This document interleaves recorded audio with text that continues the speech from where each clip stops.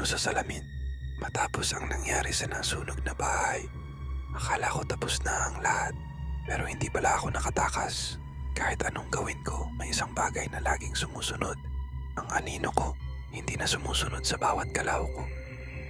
Isang araw habang nagsusuklay ako sa harap ng salamin, napansin kong naunang umiti ang refleksyon ko bago ako tumawa. Akala ko'y guni-guni lang, pero pagbalik ko sa kwarto makalipas ang ilang minuto, nakita ko ang sarili kong nakaupo pa rin sa kama. Nakangiti, walang pilik mata, walang anino. Tumakbo ako palabas. Niyakap ko si mama. Umiiyak ako. Pero nang tingnan niya ako, tumitig lang siya. "Mika?" tanong niya. "Ako ito, ma." Pero tila hindi niya ako nakikita. Tila nakatingin siya sa ibang Mika, ang naiwan sa kwarto. Kinagabihan habang natutulog si mama, pinasok ko ang kanyang silid para itapon ang salamin ng aparador. Buong lakas kong sinira ito. Pero pagdampi ng martilyo, wala akong narinig. Pagtingin ko, ako ang nasa salamin. Pero may isa pang Mika sa likod ng basag na refleksyon. "Hindi mo ako matatanggal," bulong ng anino ko.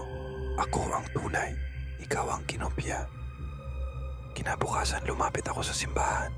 Isinama ko ang larawan. Mula sa kahon ang litrato kung saan unti-unti na akong nawawala. Pinabless ko ito. Pero habang pinipigilan ko ang pare, napansin niyang wala akong anino. "Anak, sino ka?" "Ako si Mika." Walang Mika sa refleksyon.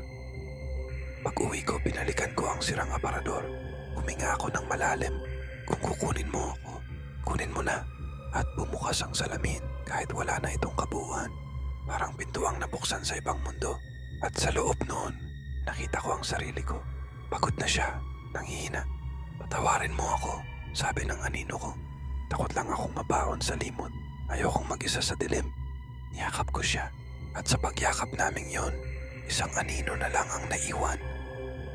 Kinabukasan, nakita ko ni mama na tulog sa kama. Nagising ako at nginitian siya. "Ma, ako ito." "Ikaw ba talaga?"